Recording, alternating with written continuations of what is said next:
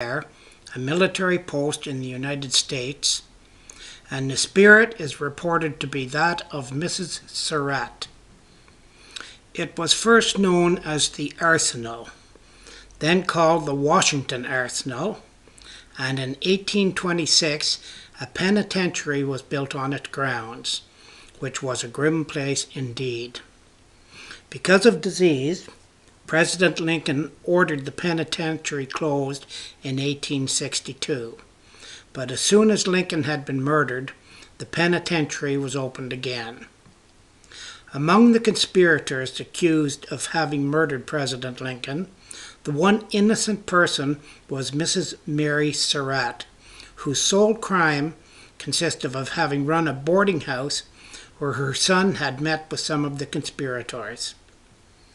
As shown in another investigation of the boarding house in Clifton, Maryland, her son John Surratt was actually a double agent, so the irony is even greater.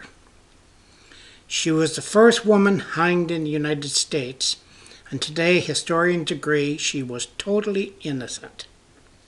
The trial was conducted in a most undemocratic manner, and it is clear in retrospect that the conspirators never had a chance. It is thought that the real power behind the Lincoln assassination, who may have been a political associate, wanted to make sure no one was left knew anything about the plot, and so Mary Surratt had to be sacrificed.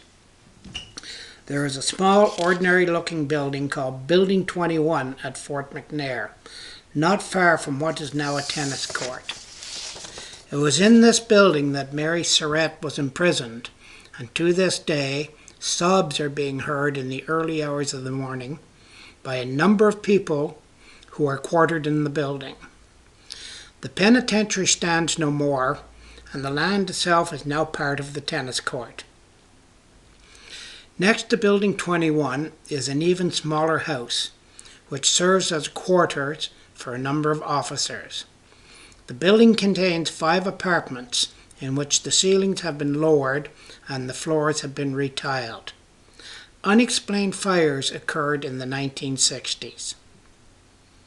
The execution of the conspirators, including Mrs. Surratt, took place just a few yards from where the Building 21 now stands.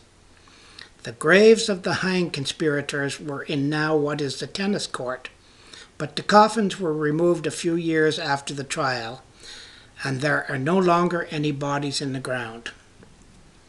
Occupants have said that on several occasions, very late at night, someone could be heard walking on the upper floor.